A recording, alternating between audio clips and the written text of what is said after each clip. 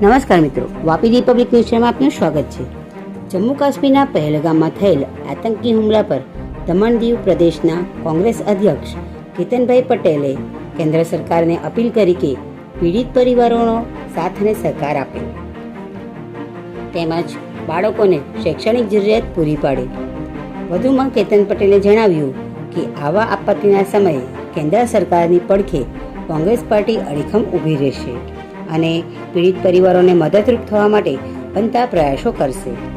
કેતન પટેલે આતંકી હુમલામાં મૃત્યુ પામેલા લોકોને દિલગીરી સાથે શ્રદ્ધાંજલિ આપી તેમજ આ આતંકી હુમલો પાકિસ્તાન દેશ આપણા ભારત દેશની ઇકોનોમીને ખરાબ કરવા તેમજ દેશને આર્થિક અને માનસિક અશાંતિ ફેલાવવા માટે કરી રહી હોય એવું જણાય છે।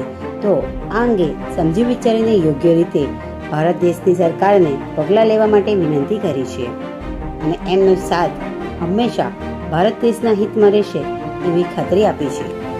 દમણ દીવ પ્રદેશ કોંગ્રેસ વતી પહેલગામ આતંકી હુમલામાં જીવ ગુમાવનાર નાગરિકોને શ્રદ્ધાંજલિ આપું છું અને કેન્દ્ર સરકારને ખાસ રિક્વેસ્ટ કરું છું કે સૌ પરિવારને સાથ અને સહકાર આપે અને જે બાળકો છે એમને ખાસ એજ્યુકેશન હોય કે તમામ ખર્ચો આપણે ઉપાડી લેવાની જરૂર છે। કોંગ્રેસ પાર્ટી બી એમના પડખે ઊભી રહેશે। આ તબક્કે હું એટલું જરૂર કહીશ કે આ પાકિસ્તાની સ્પોન્સર્ડ હુમલો લાગી રહ્યો છે જેથી બંને દેશની શાંતિ ભંગ થાય। પાકિસ્તાનને કોઈ ફરક પડવાનો નથી, ફરક પડે જો યુદ્ધ થાય તો આપણા ભારત દેશને ફરક પડશે કારણ કે આપણે ઇકોનોમિકલ પાવરફુલ દેશ છે તો આપણી ઇકોનોમી ખરાબ થાય તો આ તબક્કે સોચી સમજીને સ્ટેપ લેવાની જરૂર છે। તો હું ભારત સરકારને બી એટલું જ રિક્વેસ્ટ કરીશ કે કોંગ્રેસ પાર્ટી તમારા પડખે ઊભી રહેશે।